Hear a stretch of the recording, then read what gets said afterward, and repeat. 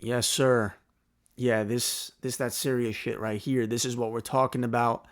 Alex Pereira versus Magomed Ankalaev, UFC 313 in Las Vegas, March 8th. I am extremely excited for this card. It's also incredible that we have Justin Gaethje and Dan Hooker back to back. Insane. And then the rest of the card is Brazil themed. We also have Mauricio Ruffy versus King Green. Still other couple fights to announce. But this is my early reaction. I go by the name of Amari. And I just want to say thank you to everyone who's been checking out my videos so far. I really appreciate it. If you could leave a like, if you could leave a comment, let me know.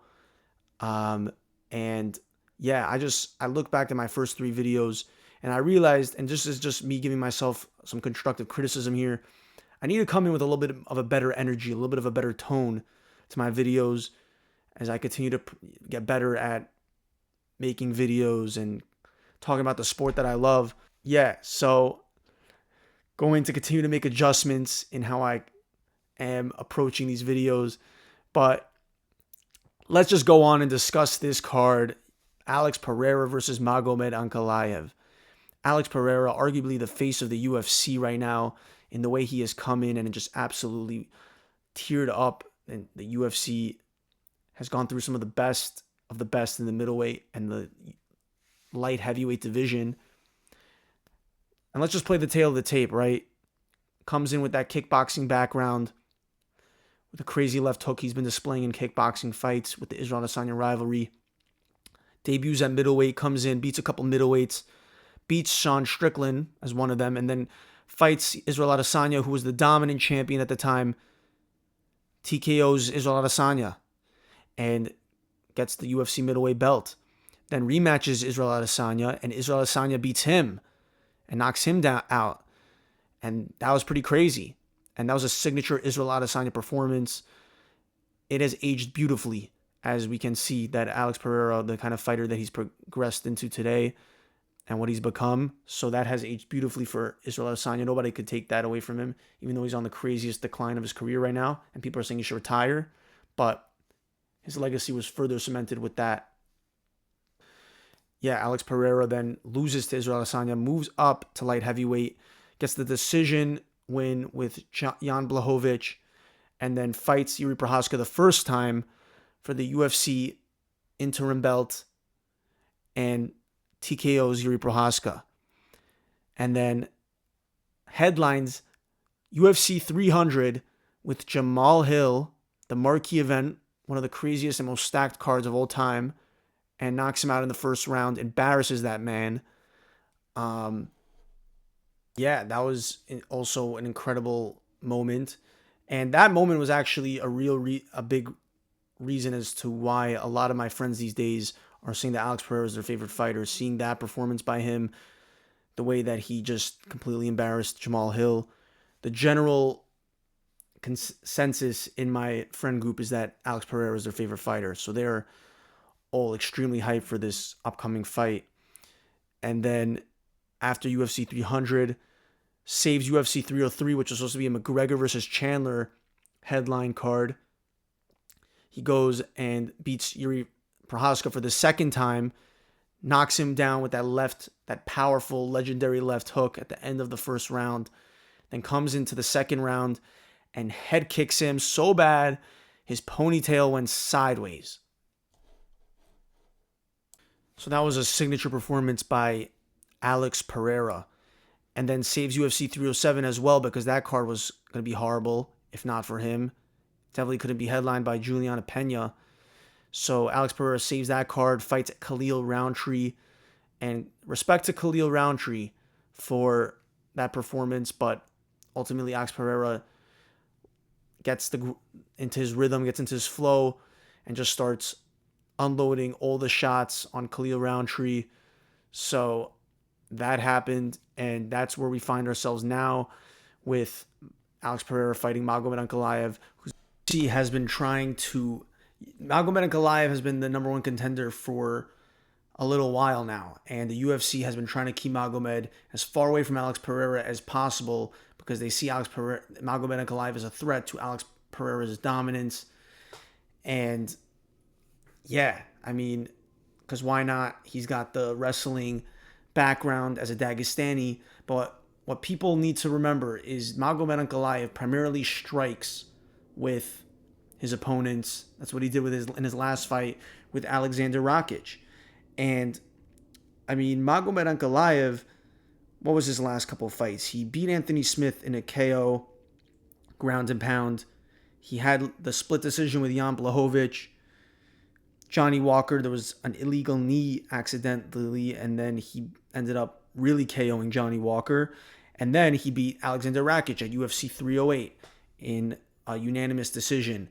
So Magomed Ankalaev, he primarily strikes with his opponents. And I don't know if he gets too frustrated with Alex Pereira on the feet, he's going to try to go for a little bit of that wrestling background.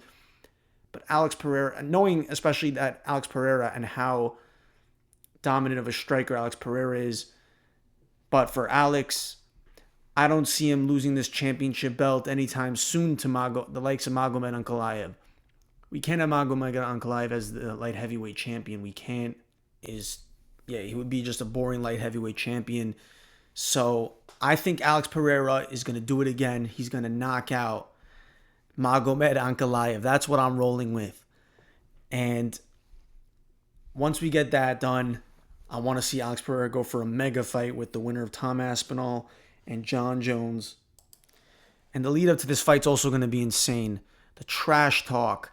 Magomed Ankalaev has been saying some crazy things on Twitter lately to stir up the fire and of the intensity of this matchup with Alex Pereira. He was saying things that Alex Pereira is partying too much and showing his face too much and traveling while Magomed's busy in the Russian mountains training, and he's going to absolutely embarrass Alex Pereira. So the lead up to this fight, the face-offs, the press conference, even through translators, it's going to be real fun, and I cannot wait. And what's also insane is having this and Justin Gaethje versus Dan Hooker back-to-back. I'm going to discuss that fight in a separate video because that fight needs a video of its own in the violence that fight is going to be a real, a real dream fight for hardcore MMA fans, for being honest. And potentially Justin Gaethje's last fight if he goes out in a different way. But let me just save that. And the rest of the card, you got Mauricio Ruffi versus King Green. King Green, I look at him as kind of like a Kevin Holland guy these days. Wins once every 2 fights. In his last 2 fights, I think at UFC 300, he beat Jim Miller. And then he lost to Paddy Pimblett. So he's kind of been his gatekeeper in lightweight for younger guys to come and just showcase their skills. I like to call them showcase fights because it's the type of fights designed for certain fighters that the UFC is pushing to showcase their skills and kind of just get a crazy crafty finish and get their name more and more popular with the UFC fan base. That's the type of fight that I get from the Mauricio Ruffi and King Green. You know that Dana loves the fighting nerds. So they're for sure trying to push this fight for Mauricio Ruffi to kind of, continue to stack his record, his resume with some good wins. And I feel like it's going to be just that between King Green and Mauricio Ruffi.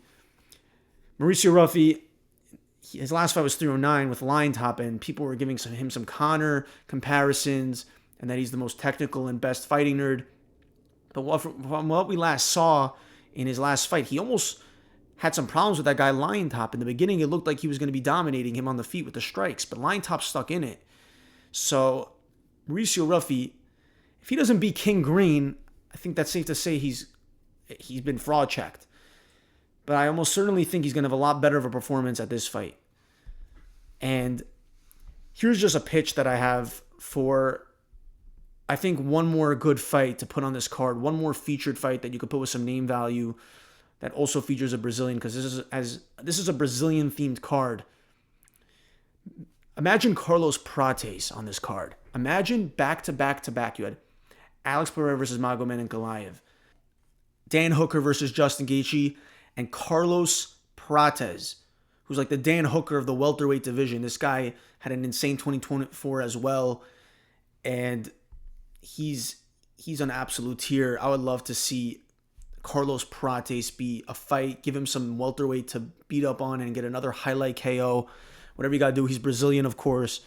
So if they add Carlos Prates to 313, that just completes the entire structure of the card that I'm looking for at UFC 313. But either way, just those two fights alone, Alex Pereira versus Magomed Ankalaev and Justin Gaethje versus Dan Hooker, are two fights I'm incredibly excited for and already make the card amazing.